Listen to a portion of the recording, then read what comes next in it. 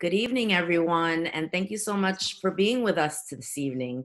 My name is Roseanne Santos. I am the Director of Alumni Engagement, and my role on campus is just that, to engage alumni and to show them how dynamic and how wonderful the alumni network is and how great the network can be for you as you navigate this world, as you navigate careers.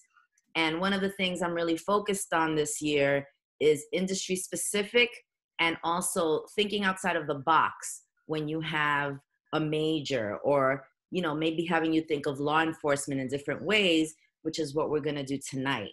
I'm sure many of you have never even considered animal welfare and law enforcement before, and today we can give you a taste of that. We can show you what other types of careers are out there for you, and careers that are perfect for the John Jay graduating student and perfect for the John Jay alum, particularly if you are in the world of criminal justice or policy even. There is a lot of policy around animal welfare. And tonight we have the privilege of having a fellow alum, Miss Julia Wagner, who is entrenched in this world of animal welfare and is going to give us a really great insight into what animal welfare and law enforcement looks like, particularly in the industry of zoos, because there's a lot of fact, there's a lot of fiction, there's a lot of pop culture around exotic animals. And I think she's going to be able to shed some practical light on all of this for you and perhaps make you consider a career in law enforcement as it relates to animal welfare. So thank you so much for joining us, Julia. I'm so happy to see you. Oh, thank you so much for that wonderful introduction. I'm so glad to be here this evening with you. Thank you. And I hope also that you and all of our audience members are safe and staying well. Please know that myself and my fellow colleagues are constantly thinking and praying that everyone is doing well. So we're just going to jump right into it. And I'm going to start Julia off with a couple of questions and get all of you thinking. And then you can just feel free to start shooting your questions into the chat, because that's what's going to make this a robust discussion. So I'm going to ask Julia to complete the following sentence. If it weren't for John Jay, I would not have the mindset and educational background needed to build the career I have. I love it. Sounds wonderful. So can you give us a quick ride through your career journey and how you got into this whole animal welfare topic? Absolutely. So the very brief explanation: as a child and teenager, I was involved at a big cat facility, and so learned that culture a little bit, but then veered off, came to John Jay, had an amazing experience. Whenever possible, I geared my studies to domestic terrorism and intelligence and analysis type work. That always interested me, and earned my bachelor's and my master's. But after I graduated, I took a little bit of time and actually went back to North Carolina and immediately went back to working with big cats. And so actually I took care of big cats for a while, and then I built the associated business that we had at that facility. And in doing so, I got to work on a lot of policy and procedure and contingency planning. And it set me on this trajectory where I started to identify all these intersections that my educational background was lining up with what I was doing in this completely different industry. And through a series of different contacts made at conferences, which are a critical networking tool in any industry you're in, and because I'm kind of a data junkie and I learned a lot of thought process during my time at John Jay about how to use information to come to answers, I ended up in a position of assisting the federal government and the industry in actually developing disaster plans for zoos and aquariums. So I launched my own business, and what I specialize in at this point, I have clients that range from risk mitigation, where I'll actually go to their facility and assess their site for risks from extremists, through to I do legislative monitoring and brief work. And then I monitor risk areas. There are about 80 areas I monitor for the zoo industry, and then distribute associated intelligence reports. So kind of this interesting portfolio. What are associated intelligence reports? That sounds fancy. Yeah. So basically, as an industry sector, we don't have a core mechanism looking at risk with a focus, especially on the extremist risks we're facing from really specifically animal rights groups. And so over the last many years, I've actually collated information. I follow these groups and have been producing, they read as intelligence reports, and that's a skill I learned at John Jay. And it's here's what's been happening this past week, here's what we forecast could happen next, and the language that helps people understand how to apply it to their business appropriately. So did I misunderstand, or did you say that animal rights groups are sometimes the people that you're mitigating the risk from? Yep. So I think this is maybe where we start getting into that fact and fiction piece of this. Okay. So there are two very separate camps of thought. There's animal welfare and there's animal rights. And a lot of people have animal welfare thought process, which is animals should be treated humanely. It's very, from where I stand, logical way of thinking. Whereas animal rights tends to more of an extremist mindset in which there should be no animal-human interaction. And due to the nature of extremist thought process, as you can imagine, some of these groups move into very questionable activities. In the laboratory and research sector, we've really seen the scariest stuff, people's cars having fire bombs planted, a lot of stalking, really horrible stuff. And so we're looking at what's coming for the zoo sector in that space. And so that's the area I focus on. And part of what I attribute that to is my time at John Jay made these topics fascinating, whereas a lot of my colleagues, they really don't want to think about it if they don't have to. And I understand that. Okay, wow, that's really interesting. It's not something I would have thought. What do you think the audience needs to know about animal welfare and law enforcement in zoos? Again, what's the fact? What's the fiction? So there's a lot of really interesting intersection with law enforcement and then also other disciplines from John Jay, such as public administration.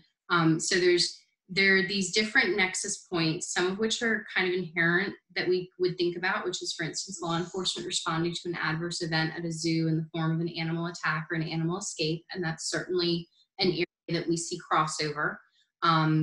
It is, and so I'm going to quickly talk about that, but give a little bit of the rest of the span. With animal attacks, generally law enforcement is coming after the initial component of the incident has come to completion. With animal escapes involving dangerous animals, it has occurred not infrequently that law enforcement has actually had to be involved in the elimination of that animal. And an area that really is going to need to be considered is the psychological impact on the officers involved in those responses, because it's profound. So that's one of those unfortunate spaces that we see that interplay. But something for the audience to know is a lot of facilities do a lot of preparation work for those types of events that involves actually integrating the law enforcement who may be involved in a response, whether it's for their planning or drilling together. So there's a lot of really wonderful opportunities to mitigate some of the risks. But escapes and attacks are not the only place. We see this crossover. Zoos, because they are large public spaces, have a lot of really interesting, unique risk factors, such as people die on property due to suspicious reasons or suicide. Law enforcement has to come in and help assist with that. We have property theft, we have vandalism, we have animal theft. And then, as you can imagine, because zoos are soft targets, there's been a lot of thought process given to the active threat concept, whether it be shooter or other mechanism, and what that means for these spaces. And so there's all of these very tight areas that law enforcement and zoos overlap. And then that's not getting into all the different ways that we end up engaging through, different types of circumstances and the many different types of agencies and entities a zoo business will engage with depending on what they're up to. Wow, this is fascinating. So I have to ask, I live in the Bronx. I was born in the Bronx. So we have the Bronx Zoo. Yes. And some of the news is that all of the big cats in the Bronx Zoo have COVID due to a handler who contracted the illness. So what does that mean for zoo goers or just our pets, and how we manage those things? So I'm going to be kind of limited in my response because actually kind of surprisingly, I've kept heavily out of the animal health piece of this because we have a lot of professionals looking at it, but things to understand, because we work with exotic animals, the idea of disease transmission and the human species disease transmission potential, that's already very top of mind for us as professionally. So actually there are a lot of institutions where PPE usage, especially around like non-human primates, is already standard practice. And so as the specifics of this virus became more well known, it's really a matter of when we were going to see some sort of crossover. And so I don't want to say that the industry was not caught off guard, but it did not go beyond the bounds of what we could have anticipated, although one might have expected something like a non-human primate before a cat. The good news is those cats are recovered. So it appears that we don't have a situation where that boundary cross results in a catastrophic event for the animal. And there have been no other reports in zoo animals. There have been a few different reports in domestic animals, and there are a lot of really good resources out there from different groups about what is and isn't real as regards what you should be thinking about with your pets. Especially, with folks up in New York, my heart's been with y'all during all of this. And I know this is really top of mind. And so definitely seek out those resources so you have an understanding of what is most appropriate. Okay. So I want to ask this last question before I open it up to the chat box, because I think this is, I do want to say to everyone that Julia reached out to us because she wanted to share this industry because there is work, and it's not just work, it's very meaningful work.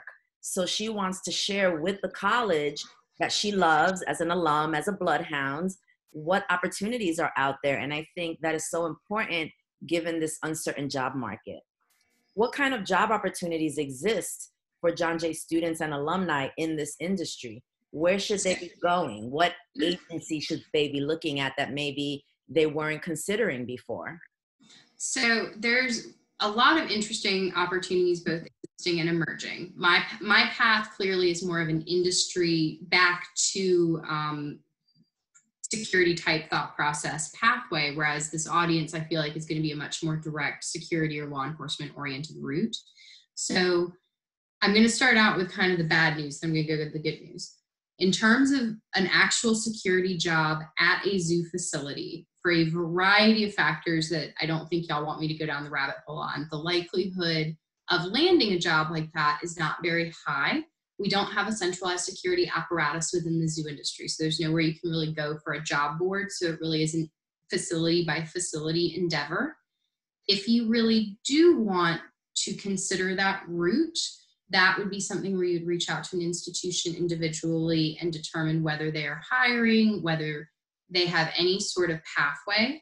But be aware, that's not a phone call they usually get, so they're going to be a little confused by it. And so it's kind of an odd route.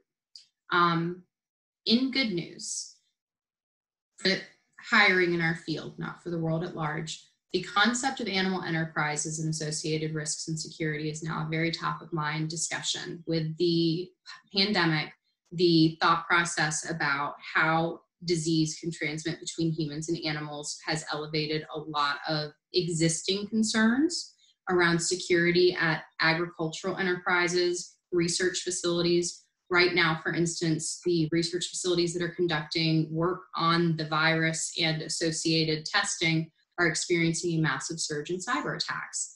And so these types of enterprises are going to be having to enhance their security now into the future. And so determining whether there is opportunity in the agriculture or research industry, which you might not have thought of before, but there are very large firms with security apparatuses that they are looking to hire into. In that vein, there's also the private security sector, and I have the pleasure of working with an outfit at times on different projects. They're out of Harrisburg, Pennsylvania, Information Network Associates. They were founded many years ago by former FBI, and they do extremist monitoring for a wide variety of businesses. The reason I ended up working with them is because they also are the largest animal rights oriented apparatus in the country. They look at the research side of things. Can you say the name again so I can put it in the Mm-hmm. chat? Information Network Associates.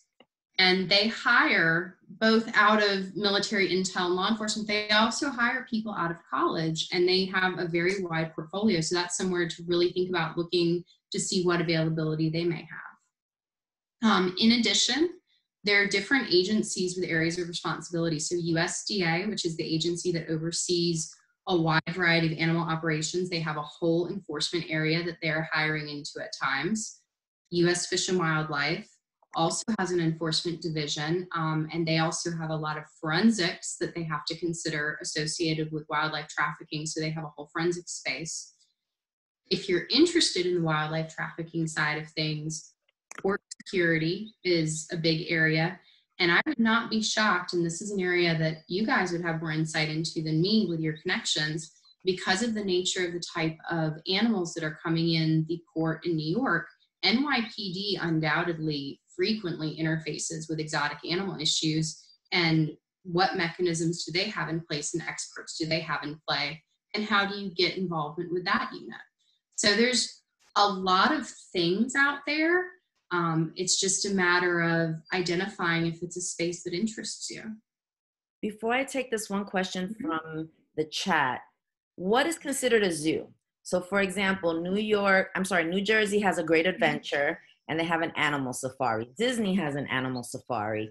People have like conservation acres, that you can visit as you're going cross country. So when you say zoo, are you talking specifically what we know as zoos, where we go with our parents when we're little kids? Or does the zoo encompass like the safari at Great Adventure and these cat parks or whatever they're called?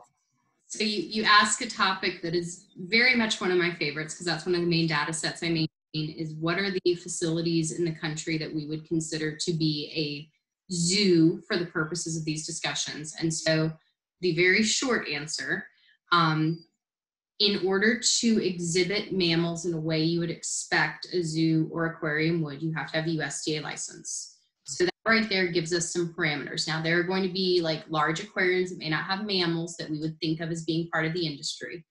But as a general rule, when I go to counting how many zoos and where are they and what do I have to think about for them, I include the sanctuaries, because even though their mission is different, at the end of the day, I'm looking at what types of animals are being maintained in what way and what types of risks are associated with that. There are about 800 zoo, aquarium, and sanctuary collections in this country. What that doesn't encompass are large-scale collections that are privately held. Now, those do not, and I'll be very clear, there are not thousands of pet tigers out there. We're not talking about large carnivores. We're not talking about dolphins.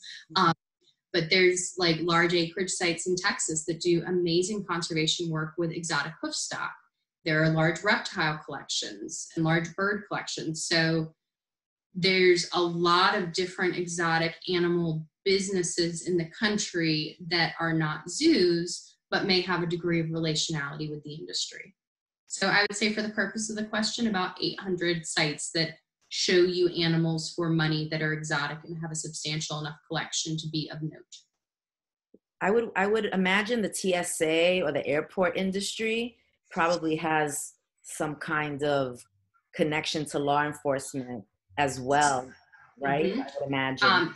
Absolutely. And so actually air transport is a really big consideration for us, because that's part of how we move our animals. And so we're under regulatory guidelines under a variety of agencies, and there's a transport authority we work with. Definitely we see interplay with law enforcement at times. Usually it has to do with illegal trafficking and things being caught on the runway or caught in the cabin. But at times animals get out of a crate on the runway. We try to avoid it by having appropriate crates. But it's one of the most fascinating things I get to do is go around the country and help zoo and aquarium professionals talk to regulatory and law enforcement officials in their region and help them kind of figure out how to communicate across cultures. And so thinking in terms of when you end up in your profession, is there a way that you might be interfacing with zoos that you haven't thought of yet? If you're in a public administration role, thinking about contingency planning for your geography, does your emergency operations plan for the county account for exotic animal collections? So it's kind of this wide-ranging topic that's not well explored, and I'm excited that we're having these conversations. Yeah, and we don't have to answer this, but I'm also thinking zoos, I mean, not zoos, circuses and state fairs, and you're making my mind spin because this is such a new topic for me, so my curiosity is going crazy. But let me take questions from the group chat. So Miss Genevieve McNamara says, hello, I noticed you mentioned that animal rights groups are a concern for terrorist activity. Do you find that the animal rights groups specifically make up the bulk of the threats, or do you also see threats from more typically thought of groups like ISIS, since zoos could be considered a soft target for those groups? So a few things. Because we don't have a centralized data sorting mechanism, we don't have a central place zoos are reporting the nature of the threats they're receiving. So it makes it challenging to give real quantification. We have had instances where there has been real concern about state-sponsored terroristic activity at zoos. There were a couple of situations post 9/11. There has been instances with chatter. So the concern of the magnitude of what those attacks could look like is a different conversation than when we're talking about animal rights, where the type of activity we're seeing conducted against zoos by animal rights groups, while more prolific in nature in terms of the harm caused and the metrics we'd be looking at in terms of casualties, things like that, it's a completely different discussion.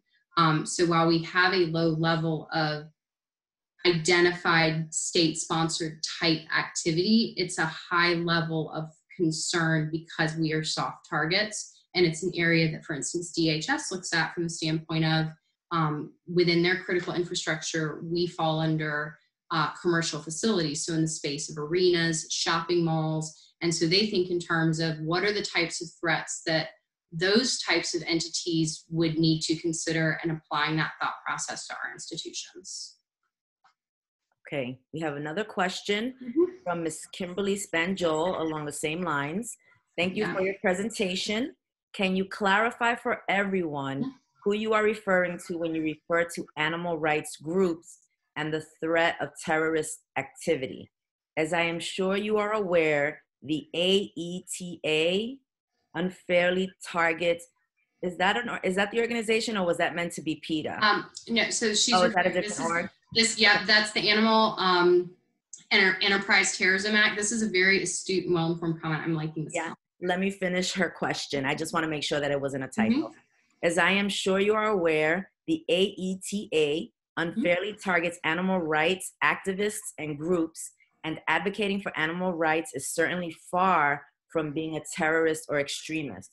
I wouldn't want people who are unfamiliar with these topics to think animal rights activists are terrorists, and I'm sure you wouldn't either. Unfortunately, they are silenced for corporate interests, and that puts all of our First Amendment rights at risk. Thank you for clarifying. So that is, so there are a couple of things here and I appreciate the opportunity for clarification. So when I'm looking at risk for a facility, as regards animal rights, because there's a very wide range of animal rights activity that can adversely impact a business enterprise, with much of that activity being perfectly legal. The Animal Enterprise Terrorism Act that's being referred to was passed, it's been almost 2 decades ago, and it was designed to protect animal enterprises from extremist activity that went beyond a certain threshold of permissibility. There's been a lot of discussion about whether AETA does impinge on First Amendment rights. And while I have my own opinions on that, I will be candid that they are formed in part from the fact that I come from the industry. And so I believe strongly in the need to protect animal enterprise from the risks we're facing, while also having an appropriate recognition of First Amendment rights. The concern associated with the animal rights groups is how they're tied together. And so large groups with well-known presence may not be overtly engaging in illegal activity, though many of them do engage in activity that at least falls on the line, but they're not conducting operations we would consider terroristic in nature.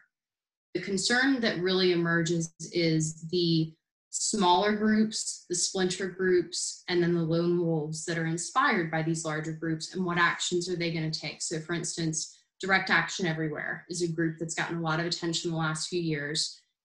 They are a localized group that does open rescue, and what that means is they actually go into animal agriculture facilities and take animals. So they're stealing property, but there's a school of thought that they come from where they're conducting rescue operations. So one of the challenges we have as regards animal rights is we are not looking at black and white, and because domestic terrorism is a very different entity than state-sponsored in terms of how it's monitored, how it's addressed, how it's handled by law enforcement, it's a very challenging area to figure out how to best approach from a law enforcement standpoint. And where is that line between what is perfectly legal, appropriate activity, and where is it escalating to a point that there are adverse impacts that need to be addressed?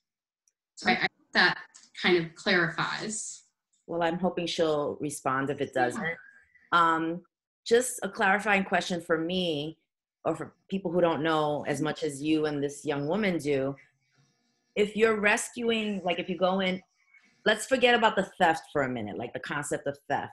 Once you rescue the animals, where are they being taken? Is the philosophy that you need to leave them free in their natural habitat? Or where are they being transported to once they're rescued? So we've seen a variety of models. There has been a history of zoo animals having their cages cut, sometimes to create an incident, sometimes for the purpose of freeing the animal into the wild, which doesn't serve the purpose I think that is intended. As regards this specific group that's removing agricultural animals, one of two things is generally going to occur. There is a movement called the micro sanctuary movement that encourages people to have agriculture animals in their homes or apartments in order to save them. The other option is these groups have also networked with farm animal sanctuaries and other sanctuaries where they're able to move the animals, rename them, and effectively eliminate the evidence.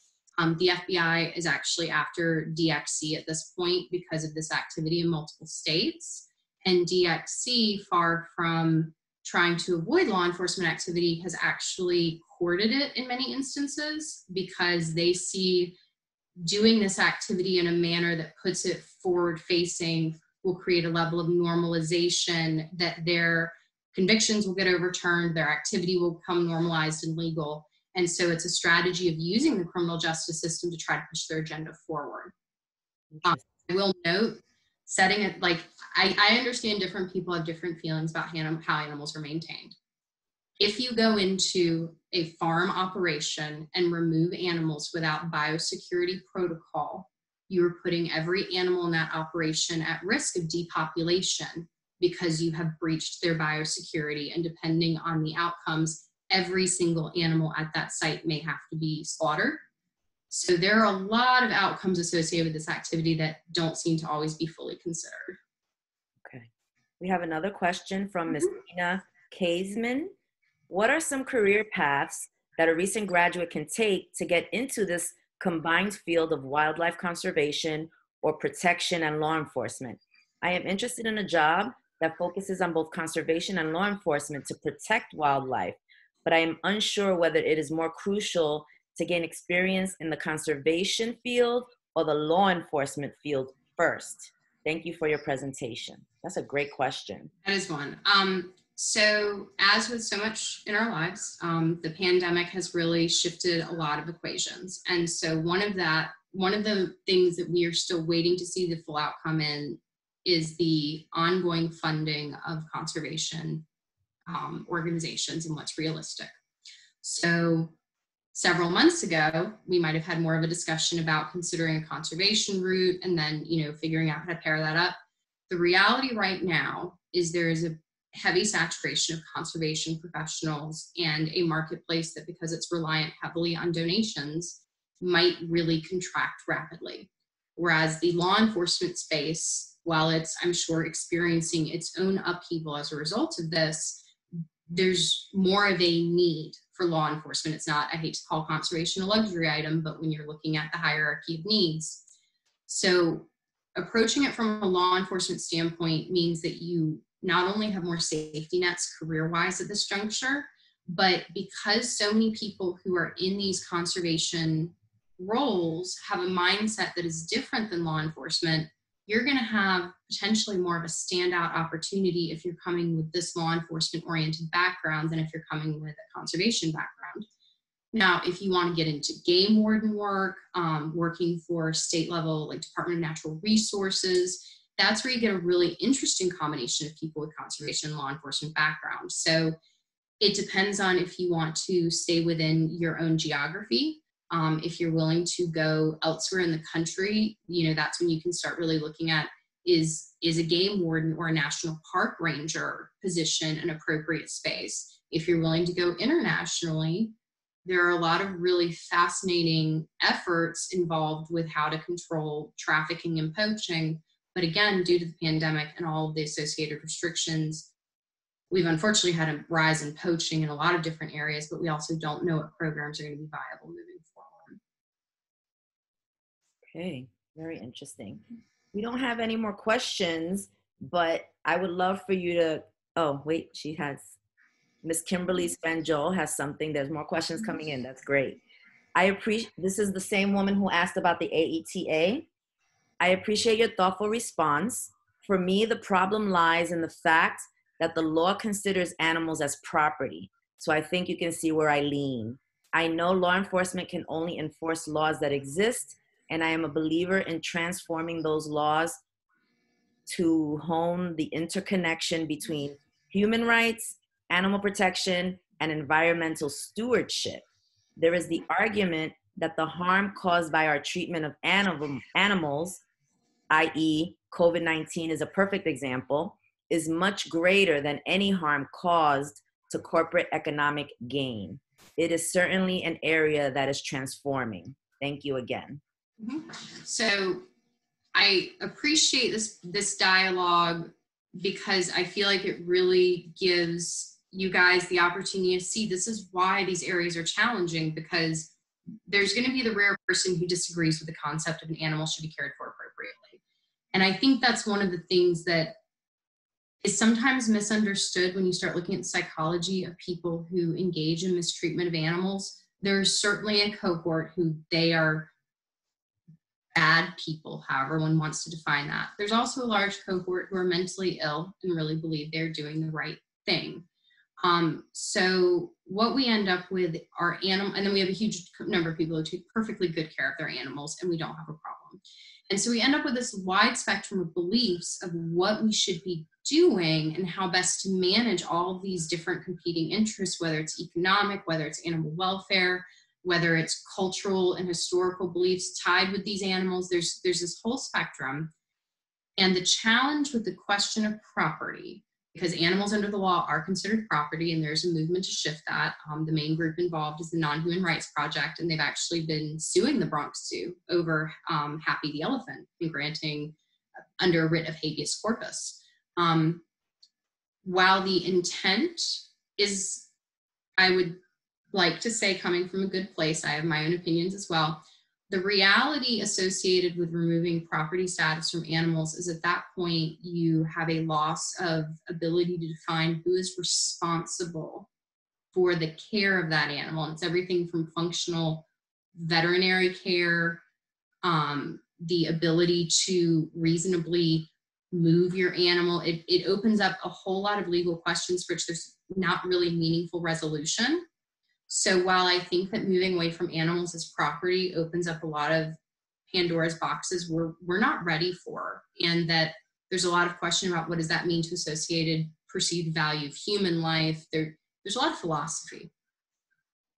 Instead, we probably need to look at better enforcing the many animal welfare laws we do have on the books. There's a lot already there. and then really carefully considering what additional laws and regulations are needed to address problems that are real, as opposed to problems that get a lot of fundraising attention and public attention, because that's a thing. As regards COVID and the associated discussions about large-scale farming operations, wildlife trade and trafficking, those are all very active and necessary conversations. And I think it's going to be important as it all plays out to bear in mind that groups are taking positions based both on fact and also what their original agenda is. And so it's going to make it really challenging to decipher, as this plays out, what shifts in these industries are truly needed and what is coming from a pre-existing agenda-driven platform in which the belief is that animals and humans should have no interaction whatsoever. And so it's going to be an evolving and forefront of mind conversation for a while to come. It sounds like part of what you're saying is that if we move toward animals not being property, there has to be an infrastructure that exists should that be the case. Is that what I'm hearing? Well, it's a practical matter of they're starting with species for which there's a lot of charismatic, and it's called biophilia. It's the relationality you experience. And so great apes, elephants, cetaceans, which are, your high in intellect marine mammals. If this slides into things like your dog at home, what does that mean if your dog is afforded personhood status functionally?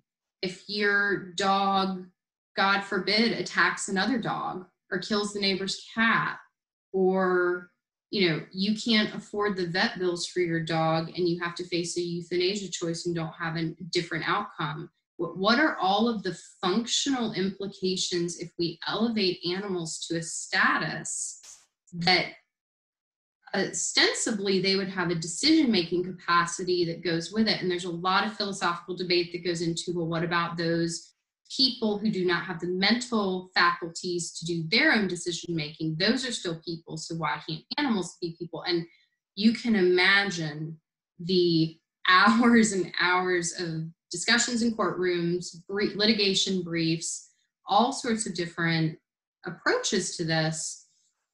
And in the end, the concern is, what does it really functionally accomplish for the animals? And that's kind of the question mark that's left unresolved in all of this. Okay, thank you. Areli Carino has a comment, or a question and a comment. Will there be another information session? I am glad this information is being presented, as many people like myself did not know of opportunities this industry offers. As an animal lover, this is great and useful. So I am always having events. You can follow us on John Jay College Alumni Relations on Facebook and LinkedIn. And hey, if Julia wants to come back, if Julia and Kim were open to having a panel together or something like that, if either one of them were open to kind of an intellectual debate to kind of show people like myself both sides of the arena, I'll plan it tonight for a future date. So yes, there's always events happening. I'm in the process of planning several more events for the rest of the summer. On Tuesday, I am hosting a panel of social workers and social service workers, and it's called Social Work Pathways. So I try to do a lot of things that are very industry specific, because our students and our alumni really want to network within the industries that they can go into based on their majors. So yes, stay tuned for more. We have another question, Gianna Leach. I appreciate you taking the time to speak with us today. Is there a way we can contact you with any additional questions or for further information down the line? I will be graduating with my MA in December in criminal justice with a focus in terrorism studies. And I'd like to reach back out to you when graduation approaches to discuss more career opportunities. Hopefully by then the world will be on its way back to normal. Absolutely. Yes, whatever way you think is the best to facilitate that, I defer to you, but I would of course be more than happy to have my information shared, with those who who would like to reach out, because we don't know what the world's going to look like. The industry, the zoo industry, is in a really tough spot right now, and it's hard to know what's going to be left in what condition by the time we get to year's end. So what I normally do after any of my sessions, I send out basically a thank you note to everyone who attended. In that note, I usually share, if there's a PowerPoint, in this case, I will share Julia's contact information. And again, this is my goal. This is one of the reasons I came into this office, is I want our alumni and particularly our graduating students to know how dynamic our alumni are. You know, you always hear people talk about, oh, the Harvard Alumni Network, the Yale. No, the John Jay Network is stellar, as you can see by our esteemed speaker. So yes, I will definitely share that. And I have never had a speaker who said no, that they would not be willing to contact and network with you in the future. Kimberly Spanjol says, I would always love to debate these issues. Intellectual dialogue is healthy and always needed. Miss Genevieve McNamara, I agree with Areli. I was not aware of these types of opportunities either. I also live and work in Queens, and I work odd hours. So even though COVID-19 has been so disruptive and damaging to my life, as well as the lives of countless others, ironically, the virtual programs that are available now are very accessible to me. I'm so happy to hear that. It means I'm doing something right and that maybe I won't get fired, right? Thank you so much for being available, sharing your knowledge, and making this happen. Now, I want to add, since there's a lot of talk about career, you mentioned the USDA, U.S. Fish and Wildlife, and the Information Network Information Network Associates. Network Associates. I know that oftentimes one of the things I've experienced with students at John Jay, and they don't want to leave the New York City area. Mm-hmm. So are these organizations here? Do they have offices here in New York City or New Jersey? And B, what, based on your knowledge, are other organizations in this region that do the work that you're speaking of? So Information Network Associates are out of Pennsylvania, so it's Harrisburg. So that's the one that you don't have as the immediate access to. In terms of Fish and Wildlife, USDA, they both have presences in the geography. You have exhibitors there, and because of the activity at the port and the types of confiscations that are occurring, Fish and Wildlife has to maintain a degree of presence. The Wildlife Conservation Society, that is the umbrella that the New York City zoos operate under. So that's going to be your main zoo connect. They are a very difficult nut to crack, but I'm not saying don't try, because they're a really incredible network. And, you know, if you can get in there, you can have some really unique opportunities. In terms of the surrounding area, if you're willing to commute a little bit, there are some zoo facilities in the New Jersey area. But really, for you guys, it sounds terrible because wildlife trafficking is a horrible thing. But because of the nature of the situation you have with illegal items coming in, including live and dead product, the likelihood of there being more specialized units and efforts directly in your geography is much, much higher.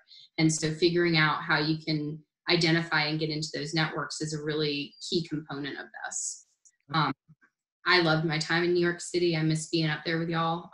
But unfortunately, in order to get into some of the meat and potatoes of this, you do have to leave the immediate geography because y'all aren't as agriculturally oriented.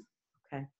We have a comment from Michael Koyal. This is the first time I attended one of these events, and I'm so grateful for events like this. It really shows how much help John Jay really offers. What do you recommend for careers in Orange County, which is in New York? Is that like more upstate, or is that more in the metro? Oh, New Jersey. Oh, so y'all have turtlebacks. No. Michael Koyal is talking about Orange County in New York, which is sort of upstate. It's in the Hudson Valley. So that's more upstate. And someone is in New Jersey asking what opportunities in New Jersey, though I'm happy to get out of here, she says.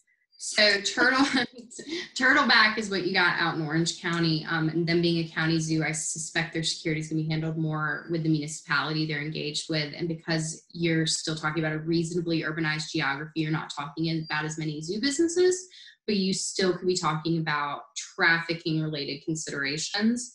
You start getting into upstate New York, there are more exotic animal operations, but not as many because the species don't tend to be as cold hardy. And so a lot of those operations tend to be further in the southern states. And so really, for those of you who want to stay geographically in New York and don't have an interest in areas related to wildlife trafficking and crime, the thought process around, do you want to consider being a game warden? Do you want to consider working with Department of Natural Resources and doing enforcement for them? If you are an outdoorsy person, it's really amazing opportunities. It just has to be the right fit for you.